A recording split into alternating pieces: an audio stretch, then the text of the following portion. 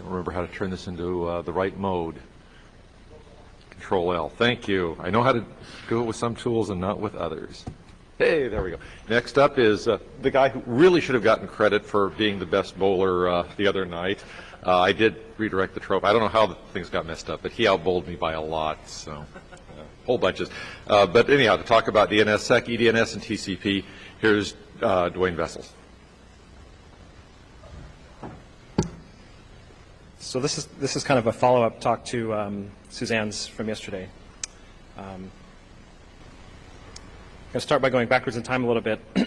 At the top here it says 2007, but this is actually data from 2006 that shows EDNS buffer sizes received at one of the root servers, FRoot in this case. And so back then, 60% of queries had actually no EDNS at all, and about 20% had, well, 40% had EDNS, 20% with 4K, and the rest with 2K.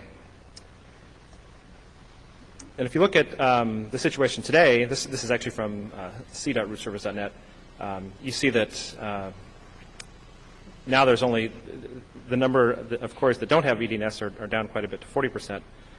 But what's troubling is this this little bit down here, this yellow.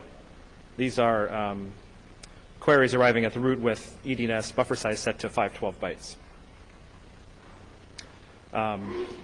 What wasn't clear from that data is whether those queries also have the DO bit set.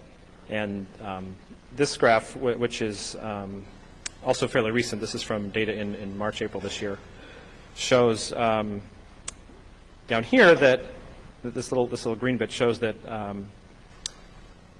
those queries that have EDNS buffer size 512 also have the DO bit set. And as we're moving towards signing the root, this looks like it could be a problem.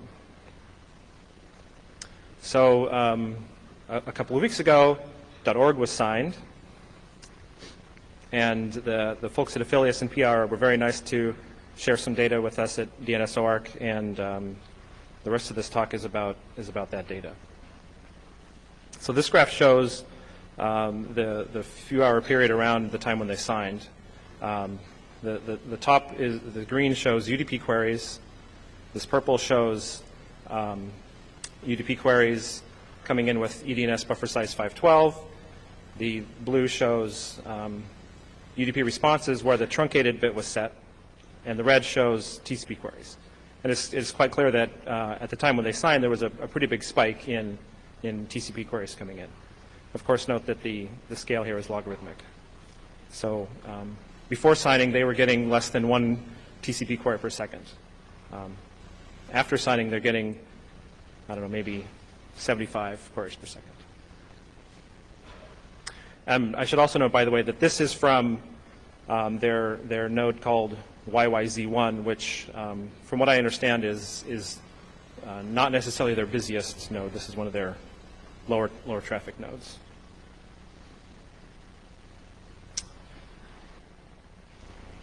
So this graph shows the response codes for TCP queries here. Something like 80% are successful responses. That is, they're not NX domains. About 20% are NX domains, but the 80% are for names that exist. Obviously, the data prior to signing here is very noisy, and it's hard to hard to draw any conclusions about what's going on there. Similarly, this data shows the query types for those TCP queries coming in.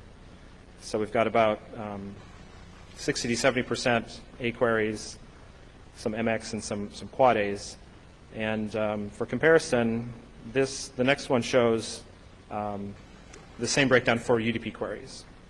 So they're sort of similar, although you'll notice that there's less MX in the TCP, and there's more quad A in the TCP.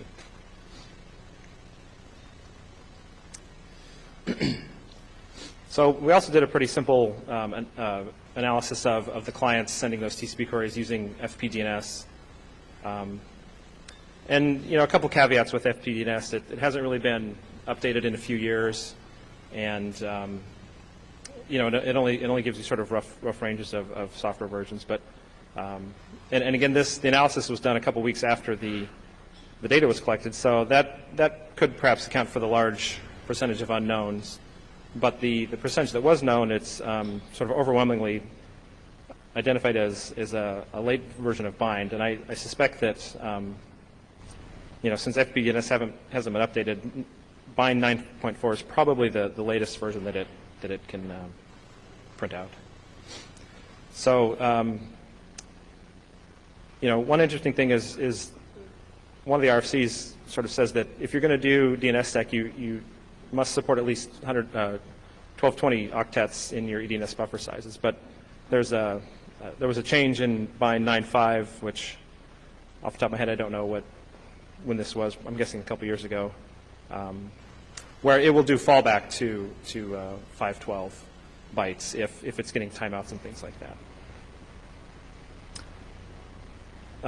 That's all the data I have to show. I'd hope to be able to tell you that that ORC actually has a tool ready to that you could use to go and test your own infrastructure and see what size responses you're able to receive.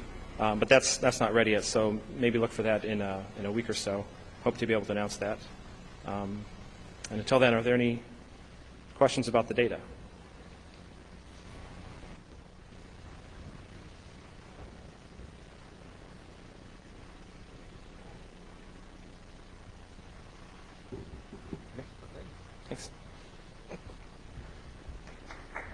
Thanks very much, Dwayne.